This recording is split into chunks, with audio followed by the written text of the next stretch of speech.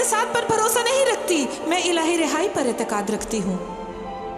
میں نے ایک متقی مسلمان گھرانے میں جنم لیا اور خدا کے پاس میرے لیے منصوبے تھے، شاندار منصوبے۔ میں موت کے دہانے پر تھی، میں خودکشی کرنے کا سوچ رہی تھی۔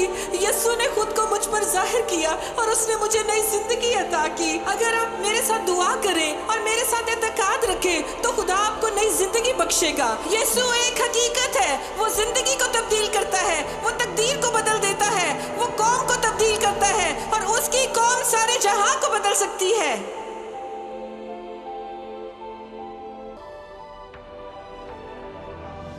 میں ہمیشہ کہتی ہوں کہ یہ میری پسندیدہ آیت ہے۔ میں ہمیشہ کہتی ہوں خدا کی بے وقوفی آدمیوں کی حکمت سے زیادہ حکمت والی ہے۔ خدا کی بے وقوفی آدمیوں کی حکمت سے زیادہ حکمت والی ہے۔ ایک اور شخص جدعون، اس کے پاس میدان جنگ میں صرف 300 آدمی تھے، اس کے ساتھ صرف 300 لوگ تھے اور وہ ایک بڑی فوج پر غالب آیا۔ مانی ہوئی بات نہیں، نہ ہی اعداد و شمار کی۔ خدا کی رویا میری زندگی میں رکھیں۔ کوئی فرق نہیں پڑتا کہ تعداد کتنی ہے، کیونکہ جب خدا میری طرف ہو تو میں اپنی کوئی بھی جنگ لڑ سکتی ہوں۔ اور ہم اسے یشوع 5 باب میں دیکھ سکتے ہیں۔ جب یشوع یریحو کے نزدیک تھا تو اس نے اپنی آنکھیں اٹھائیں اور کیا دیکھا کہ اس کے مقابل ایک شخص ہاتھ میں ننگی تلوار لیے کھڑا ہے۔ تو یشوع نے اس کے پاس جا کر کہا کہ تو ہماری طرف ہے یا ہمارے دشمنوں کی طرف؟ اس نے کہا نہیں، بلکہ میں اس وقت خداوند کے لشکر کا سردار ہو کر آیا ہوں۔ تب یشوع نے زمین پر سرنگو ہو کر سجدہ کیا اور اس سے کہا، میرے مالک کا اپنے خادم کے لیے کیا ارشاد ہے؟ اور خداوند کے لشکر کے سردار نے یشوع سے کہا، تو اپنے پاؤں سے اپنی جوتی اتار دے، کیونکہ یہ جگہ جہاں تو کھڑا ہے مقدس ہے۔ اور یشوع نے ایسا ہی کیا۔ وہ ایک کمانڈر کو، خدا کے لشکر کے سردار کو دیکھتا ہے اور اس سے پوچھتا ہے کہ کیا تو ہماری طرف ہے یا دشمنوں کی طرف؟ اور اس کا جواب سنے۔ اس نے کہا نہیں۔ آپ رومیو 8 باب کے حوالہ سے واقف ہو کہ اگر خدا ہماری طرف ہے تو کون ہمارا مخالف ہے؟ لیکن یہاں جب وہ پوچھتا ہے کہ کیا تو ہماری طرف سے ہے یا تو دشمنوں کی طرف سے ہے، اور لشکر کا سردار کہتا ہے نہیں نہیں، میں کیوں یقین رکھتی ہوں کہ ایسا کہا ہوگا؟ کیونکہ وہ ان کو یہ بتا رہا ہے تم میری فوج کی لسٹ میں درج ہو، پہلے تمہیں میری فوج میں ہونا ہوگا، تمہیں فیصلہ کرنا ہوگا کہ تم میری طرف ہو، تمہیں فیصلہ کرنا ہوگا تم پہلے خدا کی طرف ہو۔ آپ کو جاننا ہوگا کہ وہ آپ کی طرف ہے۔ میں کسی کی طرف نہیں ہوں، میں خدا کی طرف سے ہوں، میں انسان کی طرف سے نہیں ہوں۔ یہ تم پر منحصر ہے، کیا تم میری طرف ہو؟ کیا تم خدا کی طرف ہو؟ کیا تم خدا کی فوج کا حصہ ہو؟ اور ایک اور جنگ اور دیکھتے ہیں۔ یشوع ہار رہا ہے، وہ جنگ ہار رہا ہے۔ آپ کو پتہ ہے کہ انہوں نے کتنے بادشاہوں کو مغلوب کیا؟ یشوع کی زندگی میں کتنی بادشاہتیں مغلوب ہوئیں؟ اسرائیل نے 31 بادشاہتوں کو مغلوب کیا۔ ایک قوم 31 قوموں کے خلاف کھڑی رہی۔ کلام فرماتا ہے کہ جب کبھی انہوں نے اسرائیل کے متعلق سنا، ان کے دل خوف سے پگھل گئے۔ خدا ایسا کام کرتا ہے۔ اگر خدا آپ کی طرف ہے، وہ ابلیس کو آپ سے ڈرا دے گا۔ ابلیس آپ سے ڈر سکتا ہے۔ کوئی میرے پاس کانفرنس کے بعد آیا اور کہا کہ عشق، میرے پاس تمہارے لیے کلام ہے، لیکن مجھے یہ بتانا ہے کہ ابلیس تم سے ڈرتا ہے۔ میں نے کہا میں قبول کرتی ہوں، کیونکہ آپ کو پتہ ہے کیوں؟ خدا میری طرف ہے۔ اگر خدا میری طرف ہے تو ابلیس کو مجھ سے ڈرنا پڑے گا۔ اس نے کہا خدا کی اطاعت کرو۔ سنیں، خدا کی اطاعت کرو۔ سب سے پہلے آپ کو اس کی اطاعت کرنی چاہیے، پھر ابلیس کا مقابلہ کرنا ہوگا۔ آپ کو کہنا ہوگا کہ میرے ہاتھ سے بات کرو، آپ کو کہنا ہوگا دور ہو، آپ کو کہنا ہوگا دور ہو، آپ کو کہنے کی ضرورت ہے کافی ہو چکا، کافی کافی، آپ کو یہ کہنے کی ضرورت ہے، اور آپ جو کہیں وہی مقصد ہو۔ اور وہ کہتا ہے خدا کی اطاعت کرو، ابلیس کا مقابلہ کرو، تو وہ تم سے بھاگ جائے گا۔ آپ کو پتا ہے کہ 31 بادشاہتوں اور ان کی فوجوں کے ساتھ کیا ہوا؟ وہ اسرائیل کے سامنے بھاگے، وہ بھاگ لیے۔ آپ کو پتا ہے بھاگ جانا کیا ہے؟ یہ خوف اور کپکپی سے بھاگ جانا ہے۔ افسوس کی بات ہے کہ طاقتور فوجیوں کو خوف سے بھاگتے دیکھنا قابل ترس ہے۔ خدا یہ کر سکتا ہے، لیکن ان 31 بادشاہوں میں سے ایک سے اسرائیل ہار رہے تھے۔ اور آج چرچ اور خدا کے گھر کی بالکل یہی حالت ہے۔ وہ فوج میں گناہ کی وجہ سے ہار رہے تھے۔ فوج میں بہت گناہ تھا۔ یشوع 7 باب میں 6 آیت سے شروع کرتے ہوئے تب یشوع نے اپنے کپڑے پھاڑے۔ آپ کو پتا ہے کیوں؟ کیونکہ پہلی مرتبہ وہ دشمن کے سامنے بھاگے تھے اور خداوند کے عہد کے صندوق کے سامنے شام تک پڑا رہا۔ اور اسرائیلی بزرگوں نے بھی، جی ہاں، تمام بزرگوں نے بھی اپنے سروں پر خاک ڈالی۔ اور یشوع نے کہا، اے مالک خداوند، تو ہم کو اموریوں کے ہاتھ میں حوالہ کر کے ہمارا ناز کرانے کی خاطر اس قوم کو یردن کے اس پار کیوں لایا؟ کاش ہم کنائت کرتے اور یردن کے اس پار ہی بود و باش کرتے۔ اپنے خادم کو معاف فرما۔ اسرائیلیوں کے اپنے دشمن کے آگے پیٹھ پھیر دینے کے بعد میں کیا کہوں؟ کیونکہ کنانی اور اس ملک کے سب باشندے یہ سن کر ہم کو گھیر لیں گے اور ہمارا نام زمین پر سے مٹا ڈالیں گے۔ پھر تو اپنے بزرگ نام کے لیے کیا کرے گا؟ اور خداوند نے یشوع سے کہا، اٹھ کھڑا ہو۔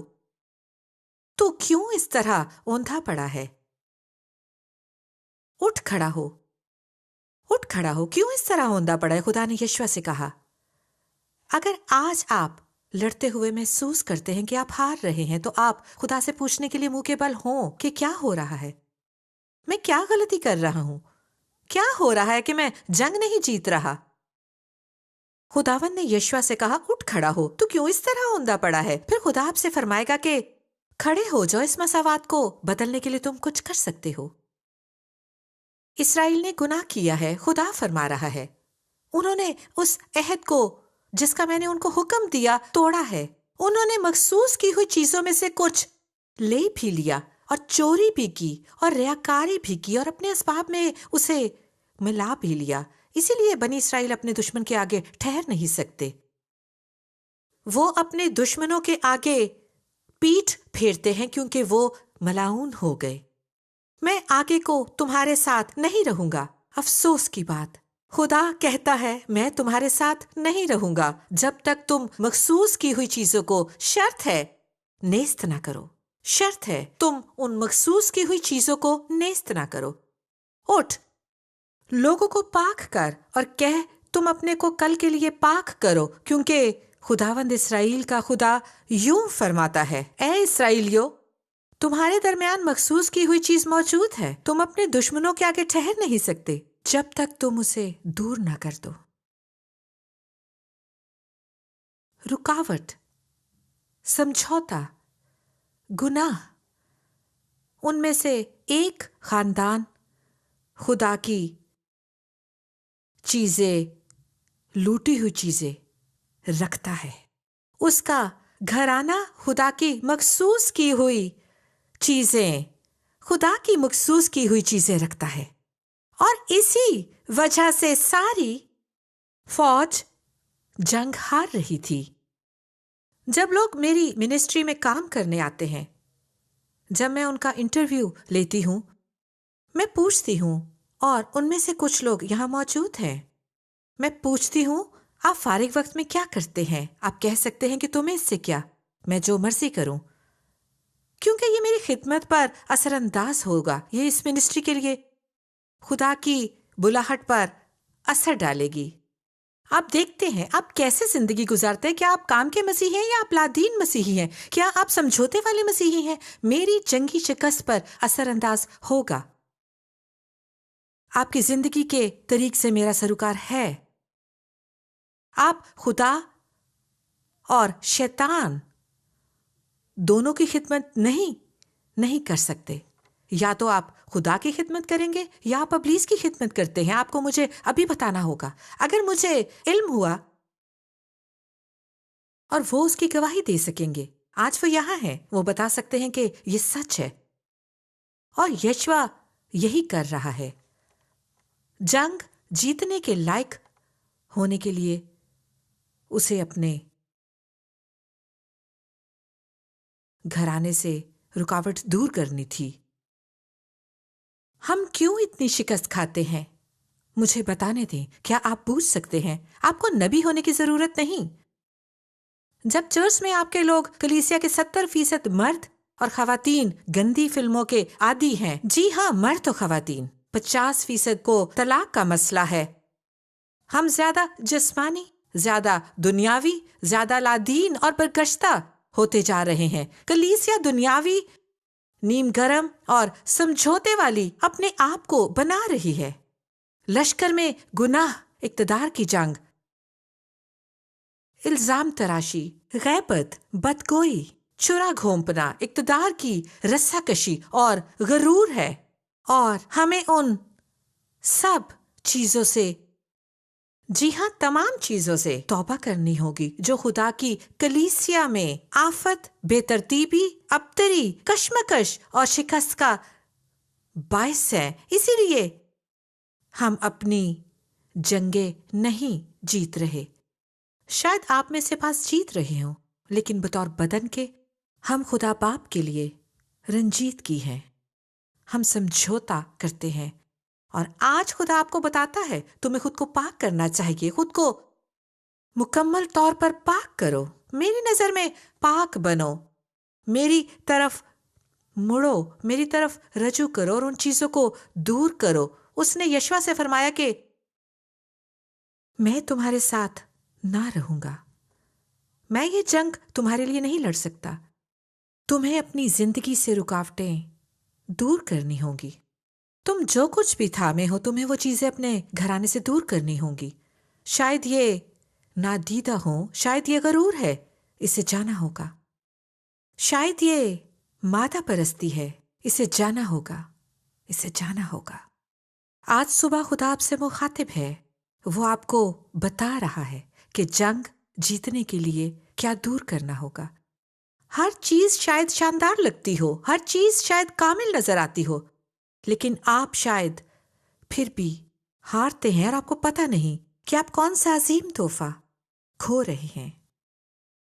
اور ایک اور چیز جو جنگ جیتنے میں بڑی اہم ہے، جسے آپ کو جاننا چاہیے. اگر آپ میرے ساتھ دوسرا تواریخ 20واں باب دیکھیں، میرے ساتھ 20واں باب دیکھیں، تو ایک عظیم لشکر تھا. وہاں اسرائیل کے خلاف بہت بڑا لشکر تھا اور وہ خوف زدہ تھے، اور وہ سب کے سب حتیٰ کہ بچے اور گھرانے خدا کے سامنے حاضر تھے. ان کے پاس کرنے کو کچھ نہ تھا. وہ خدا سے جنگ جتوانے کی التجا کرتے ہیں کیونکہ وہ خود اس کی قوت نہ رکھتے تھے. ان میں دشمن کے خلاف کھڑے ہونے کی قوت نہ تھی. اور یہ 20ویں باب میں ہے. وہ خدا سے دعا کر رہے تھے اور خدا سے جنگ میں رہنمائی کرنے کی التجا کر رہے تھے، اور خدا ان کو حکم دیتا ہے فقط حمد اور ستائش کرنا شروع کریں. اے بادشاہ اور یہودا اور یروشلم کے رہنے والوں، خداوند تم سے یہ فرماتا ہے. 2 تواریخ 20واں باب 15ویں آیت. تم اس بڑے اموا کی وجہ سے نہ تو ڈرو اور نہ گھبراؤ، کیونکہ یہ جنگ تمہاری نہیں، خدا کی ہے. تم کل ان کا سامنا کرنے کو جانا. دیکھو وہ سیس کی چڑھائی سے آ رہے ہیں، اور وہ دشت یرویل کے سامنے وادی کے سرے پر تم کو ملیں گے. تمہیں اس جگہ میں لڑنا نہیں پڑے گا. تمہیں جنگ میں لڑنا نہیں پڑے گا. آپ دیکھیں ہر جنگ کا اپنا ایک کردار اور مقدر ہوتا ہے، اس کی اپنی ایک حیثیت ہوتی ہے، ہر دشمن مختلف ہوتا ہے۔ شاید آپ ایسی ہی جنگ لڑ رہے ہوں اور یہ آپ کی جنگ نہیں۔ خدا فرماتا ہے کہ یہ آپ کی جنگ نہیں، لیکن آپ خدا کی راہ میں ہیں۔ آپ بہت زیادہ دنیاوی ہتھیار استعمال کر رہے ہیں، آپ لڑ رہے ہیں، ہوا میں مکے مار رہے ہیں، آپ تھکن کا شکار ہیں، آپ تھکن اور ناتوانی سے تنگ آ چکے ہیں، اور خدا آپ کو کہہ رہا ہے تم کیا کر رہے ہو؟ سنیں، حوالگی کا مطلب ہار ماننا نہیں ہے۔ وہ چاہتا ہے کہ آپ خود کو اس کے حوالے کر دیں، نہ کہ دشمن کے، اس کے حوالے، تاکہ آج وہ آپ کی جنگ لڑے۔ اسی لیے اسرائیلی مصیبت کا شکار ہیں، وہ بے حوصلہ تھے، خوف زدہ تھے، انہیں علم نہ تھا کہ انہیں جنگ نہیں کرنی۔ شاید آپ ایسی جنگ لڑ رہے ہیں جو آپ کو نہیں لڑنی۔ یہ آپ کی جنگ نہیں ہے۔ خدا آپ کو اس وقت یہ کہہ رہا ہے، یہ میری جنگ ہے، تمہیں یہ جنگ میرے حوالے کرنی چاہیے۔ خداوند نے فرمایا کل ان کے مقابلے کو نکلنا، کیونکہ خداوند تمہارے ساتھ ہے۔ یہوشافت سرنگو ہو کر زمین تک جھکا، اور تمام یہودا اور یروشلم کے رہنے والوں نے خداوند کے آگے گر کر اس کو سجدہ کیا، اور بنی کوہات اور بنی کوہرا کے لاوی بلند آواز سے خداوند اسرائیل کے خدا کی حمد کرنے کو کھڑے ہو گئے۔ آپ کو پتا ہے کہ میں کچھ لوگوں کو جانتی ہوں جو آواز بلند کرنے کے خلاف ہے۔ وہ بلند آواز سے گانے والے چرچز کو پسند نہیں کرتے۔ ہر کوئی ہاتھ کھڑے کرتا ہے، یہ رسمی پرستش ہے۔ خدا بے پرواہ ہے۔ مجھے بتانے دیں، میں بعض چرچز میں جاتی ہوں جہاں لوگ جیب میں ہاتھ ڈالے عبادت کرتے ہیں، اور ہر گروہ دوسرے پر تنقید، ایک دوسرے پر تنقید کرتا ہے۔ یہ مذہبی ہے۔ اگر آپ سب کو یہ کرنا پڑے تو ضرور کریں، آپ سب اپنے ہاتھوں کو اٹھائیں، یہ مذہبی بات ہے۔ اگر آپ سب کو اپنے ہاتھ جیب میں ڈالنے یا نہیں ڈالنے، یہ مذہب ہے۔ یہاں تو ملی جلی گروہ ہے۔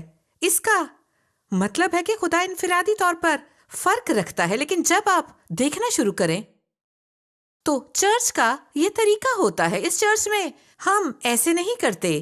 یہ مذہبی بات ہے، اس میں قوت نہیں، یہ خوش کن نہیں، کیونکہ جب آپ خدا کے بجائے انسان کا حکم مان رہے ہیں، لیکن آپ کو اختیار والوں کے سامنے جھکنا ہے۔ آپ جس گھر میں بھی ہوں، آپ کو وہاں کے قوانین ماننے ہیں، لیکن یہاں خدا ان کو بتا رہا ہے کہ وہ سنجیدہ ہوں، اور بعض اوقات آپ کو سنجیدہ ہونا ہے۔ میں نے چند منٹ پہلے آپ کو بتایا تھا کہ آپ ابلیس کو یہ نہیں کہتے کہ اوہ برائے کرم، ہم تمہیں یہاں نہیں دیکھنا چاہتے۔ اگر وہ آپ کے بچوں کو مارنے کے لیے آئیں تو میرا یقین کریں آپ دشمن کا سامنا کرنے جائیں گے روبرو، اور آپ بلند آواز سے دشمن کو بتائیں گے کہ وہ کس کے فرزند ہیں۔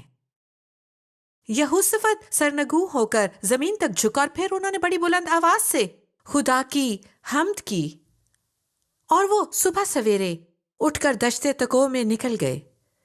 یہوشافت نے کھڑے ہو کر کہا، اے یہودا اور یروشلم کے باشندوں، میری سنو، خداوند اپنے خدا پر ایمان رکھو، اپنے خدا پر ایمان رکھو تو تم قائم کیے جاؤ گے، اس کے نبیوں کا یقین کرو تو تم کامیاب ہوگے۔ اور جب اس نے قوم سے مشورہ کر لیا تو اس نے لوگوں کو مقرر کیا جو لشکر کے آگے آگے چلتے ہوئے خداوند کے لیے گائیں اور حسن تقدس کے ساتھ اس کی حمد کریں، اور کہیں کہ خداوند کی شکر گزاری کرو کیونکہ اس کی رحمت ابد تک ہے۔ خداوند کی شکر گزاری کرو کیونکہ اس کی رحمت ابد تک ہے۔ شکر گزاری میں قوت ہے، شکر گزاری میں معجزاتی قوت ہے، لیکن خود کو حوالے کرنے میں بھی معجزاتی قوت ہے۔ انہیں خود کو اس کے حوالے کرنا تھا، انہیں پرستش کے حوالے ہونا تھا۔ اس نے کہا اس کی حمد اور عبادت کرو اور اس کے حوالے کرو، اس میں معجزاتی قوت ہے۔ انہوں نے یہ نہ کہا یہ حماقت ہوگی۔ کیا ہم گا کر یہ جنگ جیت سکتے ہیں؟ کیا ہم اتنے بڑے لشکر کے خلاف صرف